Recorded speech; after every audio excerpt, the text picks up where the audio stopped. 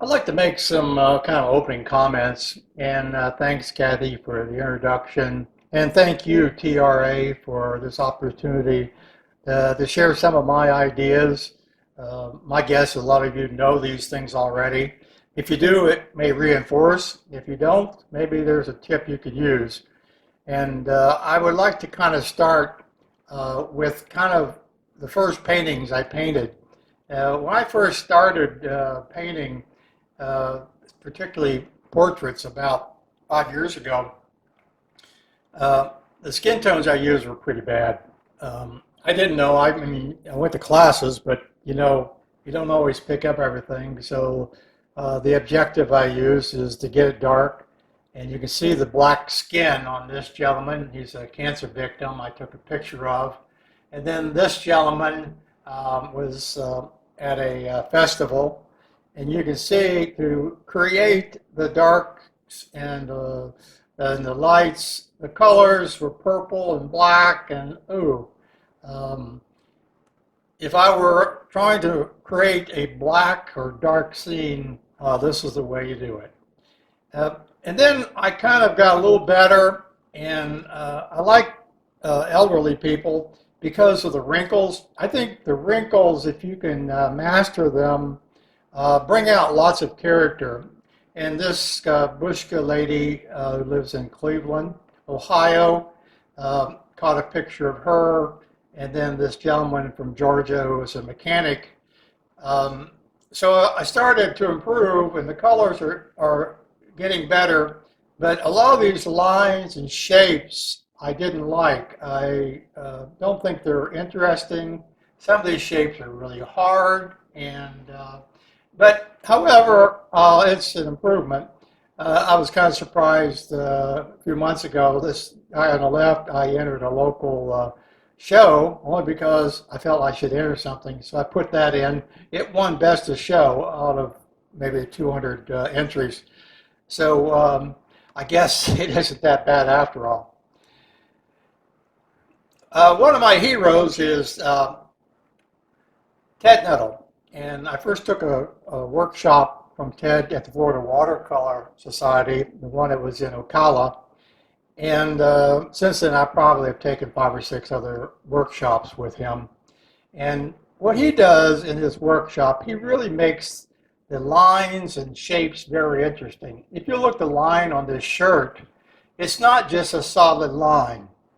It's the way he did this is he left it wet, which formed a deposit on the outside. He didn't paint that little line on there, but he would leave that pretty wet, and as it dried, it would leave a line. And also he used multiple colors, and every shape, the lines are a shape, this shape here, every shape is interesting. It's got different colors and shades and values, and if you look closely at any of his paintings, it's just exciting.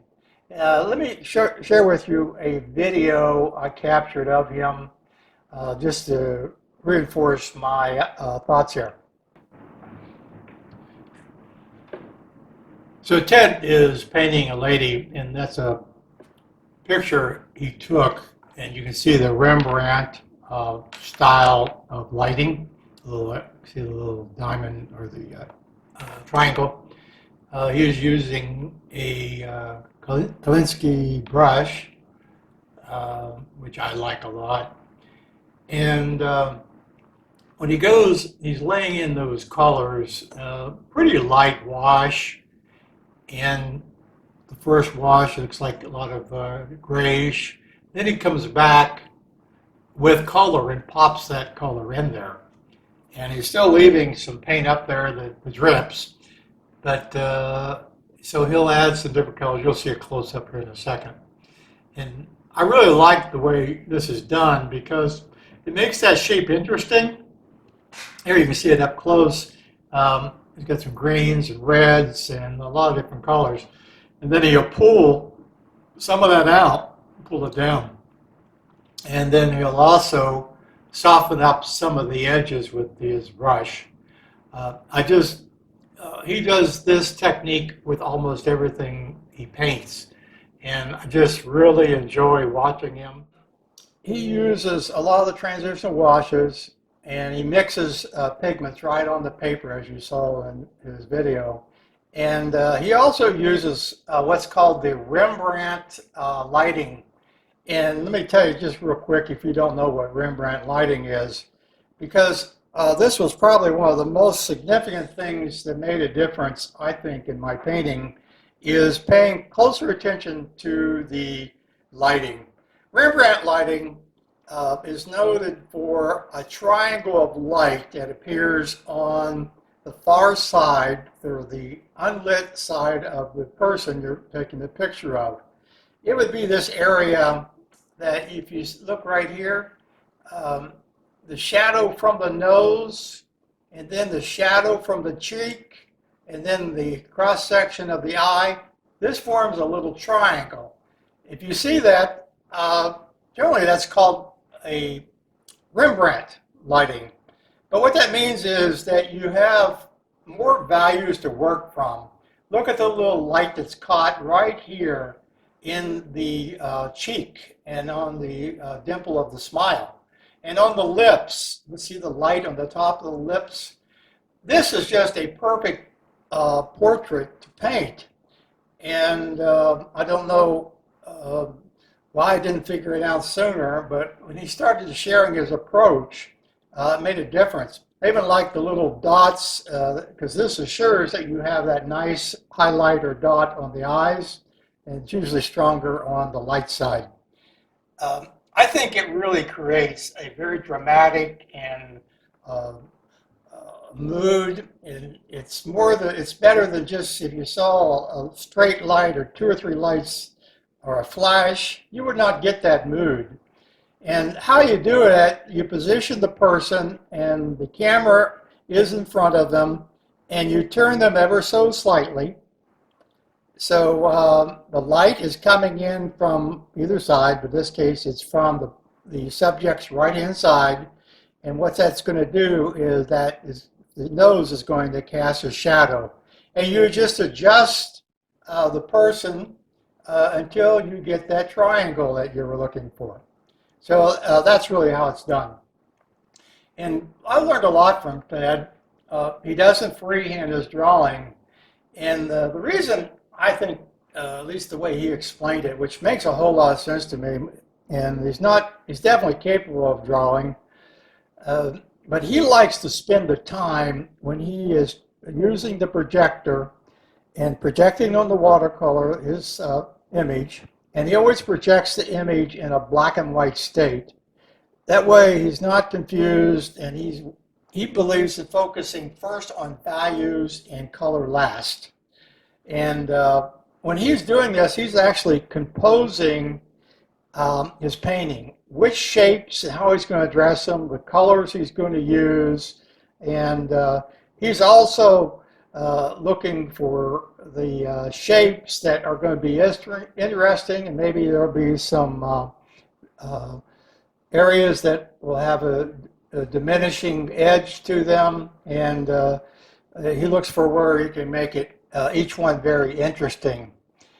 And I know some of the advice he would say over and over again, he always started his workshop with at least an hour of instruction with lots of examples from other artists.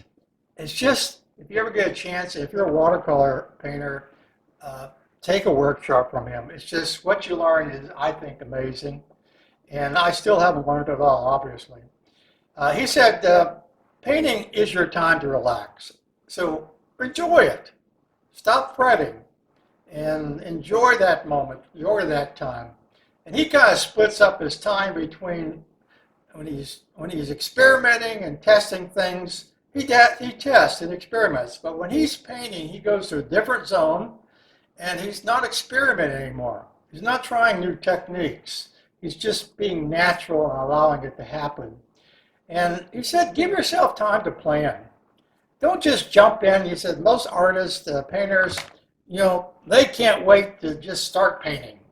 It's like they can't get the sketch down fast enough because everything is a waste of time if you're not painting. And he said it's just the opposite. And I believe that, and I do the same now. And uh, that's really an approach I think we all think about. And when he's looking at the values, he's also looking at the various ranges of values and the shapes on the face. And these are all planes. This would be a plane. And when I do it, I put a little X on the white just to remind myself that area is going to stay white, so protect the white. And, look at those angles and look at whether those angles need to be sharp, softened. And of course, this is an exaggeration. Um, and remember that values trump color. If you're going to spend any time, um, err on spending more time on values than worrying about color. And you'll end up with better paintings. And layering in watercolor is how you create those depths. By putting a transitional type layer on, you control the contour, you control the values. I remember him saying, he said, he doesn't understand why people who pick up a watercolor brush and watercolors, and yet they'll paint as if they're doing acrylics. They don't really enjoy the transparency of the painting, a watercolor medium, and they'll just put solid color like they're doing a acrylic painting or oil. And anyway, since then I've kind of noticed that he's probably right. So anyway, I want to say those few words, and now let's move on to the demo.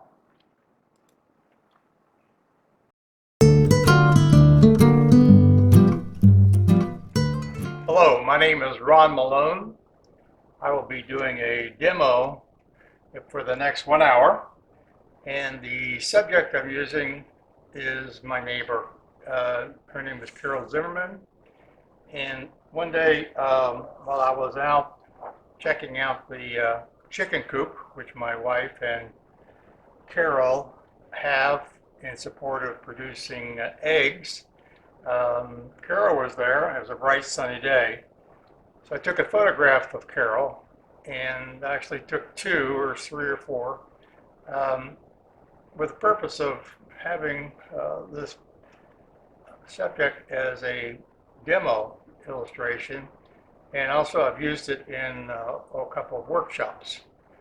And I took a picture of her with very little sun and poor shadowing to illustrate the importance of when you are looking for values and you have to create paintings.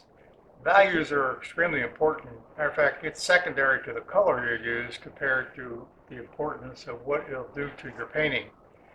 So the first example I'm going to show you is the photo I took, and you can see this photo is not not very good. Even if you use a Notonizer app, it's still, you can see the values aren't there. So if I were to go to paint this, it would be very difficult to paint and get it to look like it's real, or get it to look like there's shapes, and etc.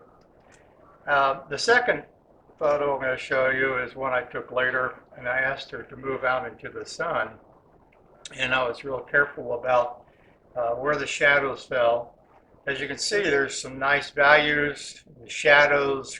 So if you look close, you can see how the light and the shadows really create the nice lines. Look at this line here.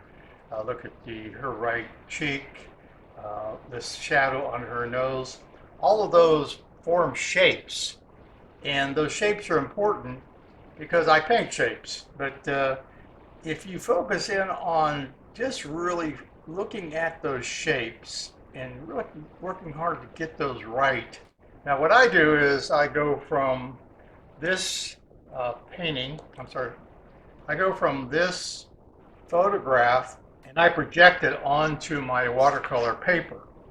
And what I look for is all of those lines particularly the shapes, because I want to make those shapes interesting. They can't just be a copy of this.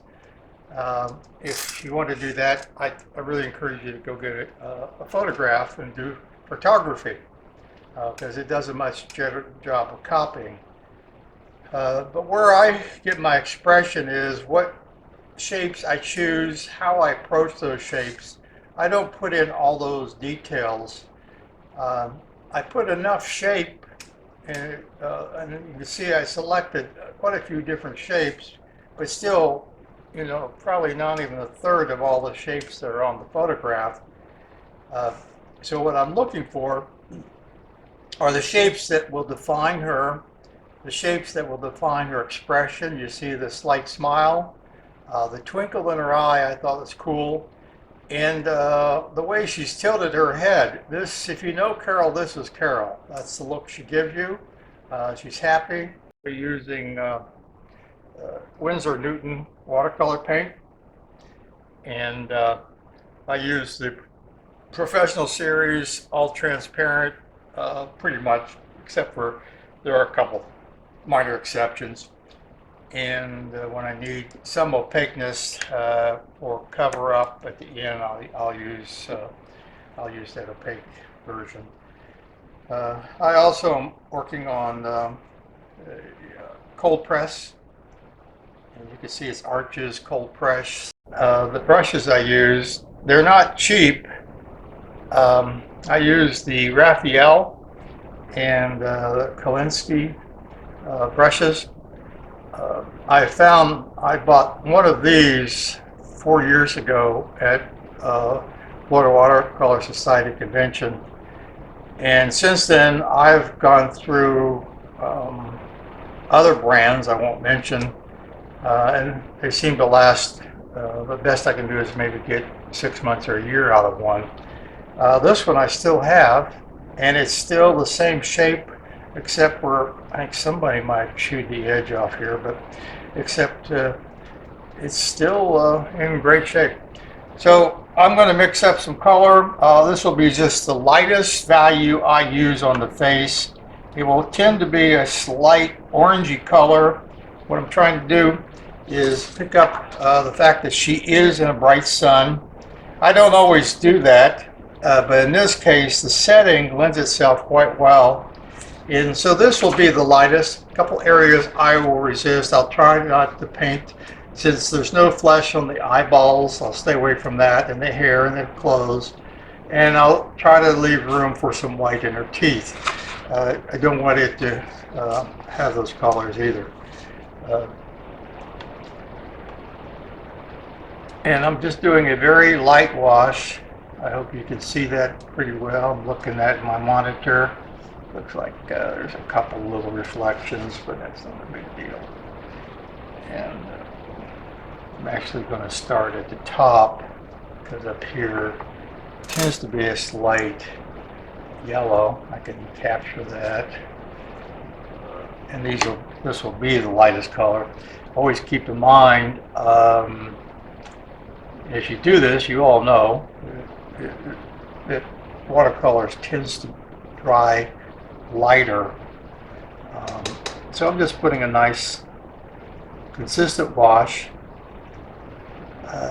and I am going to poke some white through on the glasses. So I'll leave a couple of spots of white there, and I will put a little rose color in her nose and things like that.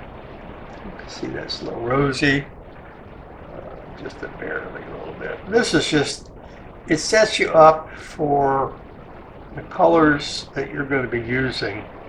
And sometimes this is a color that's going to be shining through.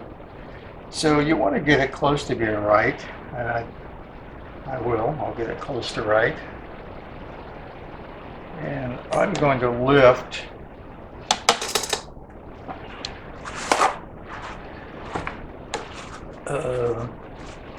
part of that nose a little bit. I just want it, you can always make it darker later on, but it's pretty hard to make it lighter. You guys already know all that. So I put in some variations of colors here and there.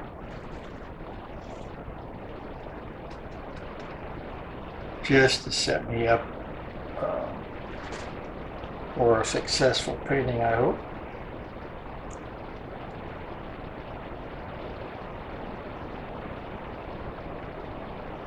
And this is pretty wet. And I'll probably fast forward through some of this for you. Over here is very light. That side of her. And then there's some.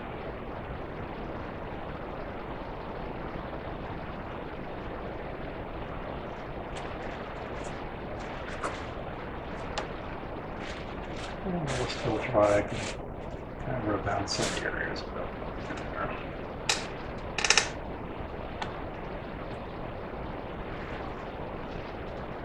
And the ears tend to be pinkish because they're. You can see through the skin. I find they get a little bit pinkish because of the blood. Most of this color you won't really see, but it'll be a setup a little bit. And then I'm going to come through with a little finer brush because I don't want to get any color near those eyes and highlights there.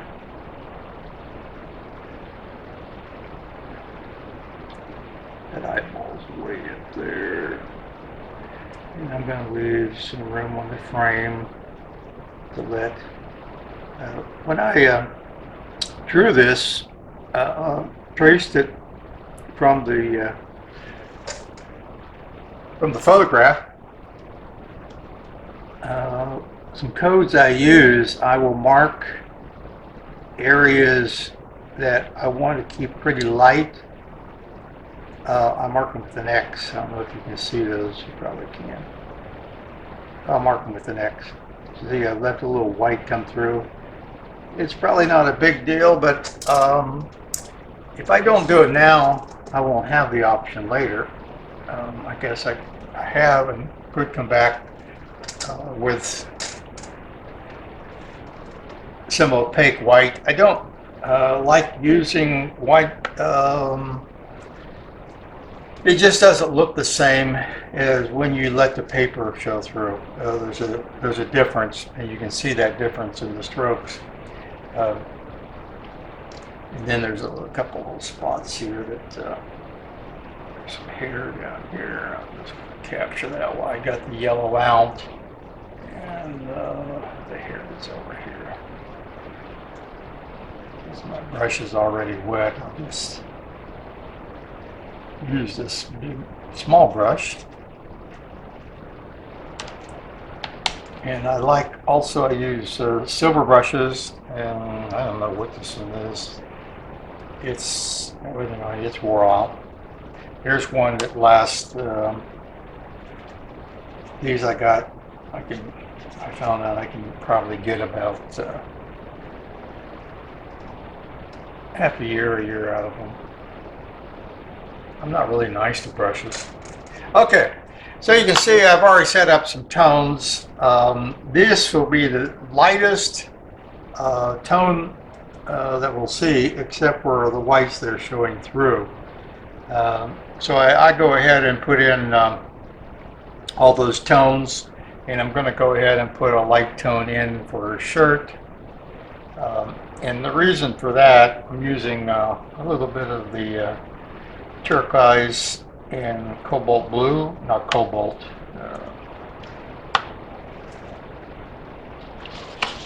I have to remind myself which one it is. Oh, it's Persian blue. Should have known. Persian blue is very intense. But I have just a little turquoise and Persian blue, and I'm just going to set up the lights, the lightest value that I will use for her shirt. It's a t-shirt, and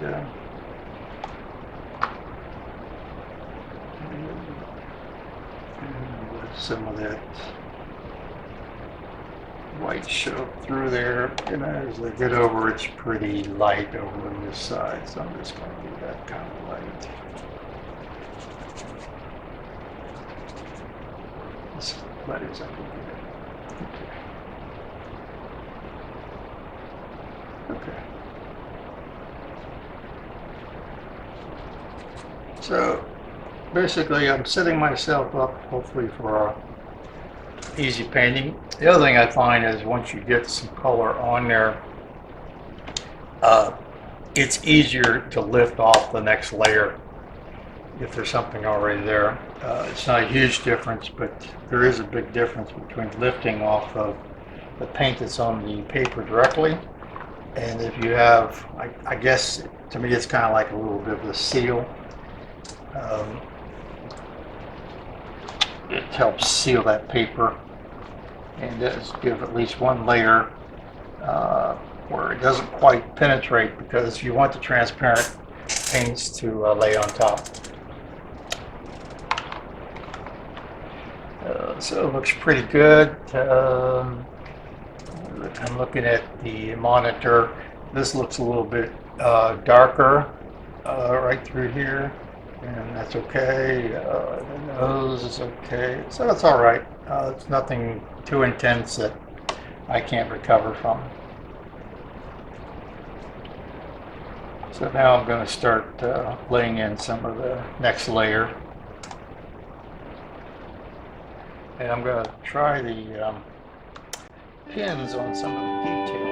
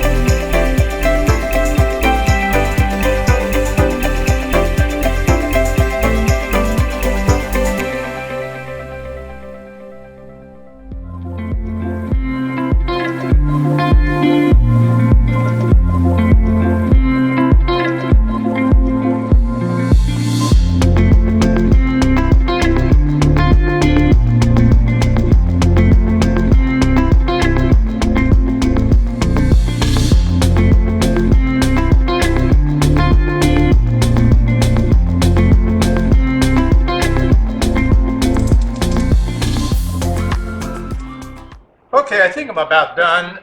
This is the finished product close. I still have a little work to do in the hair, a couple areas I want to lighten up. But generally speaking, then fix this little area. And put this over top. See if that helps the looks of it. Yeah, a little bit. It gives you an idea. And some of these are a little bit too light up here. But I hope what you saw is what you saw was painting shapes and making all those shapes interesting. And when I painted, I really focused in on all these shapes. The shape of this shadow is really important, and these shadows, the shadows over here, makes the thing pop. And then you put it on a dark background with something that's bright, that contrasts, and of course, blue, a dark blue against this kind of yellow and orangey red really makes that thing pop. So that's what we ended up doing, and here's what the original painting we worked with. So there are some similarities, I hope. But anyway, that's my approach. Do you have any questions?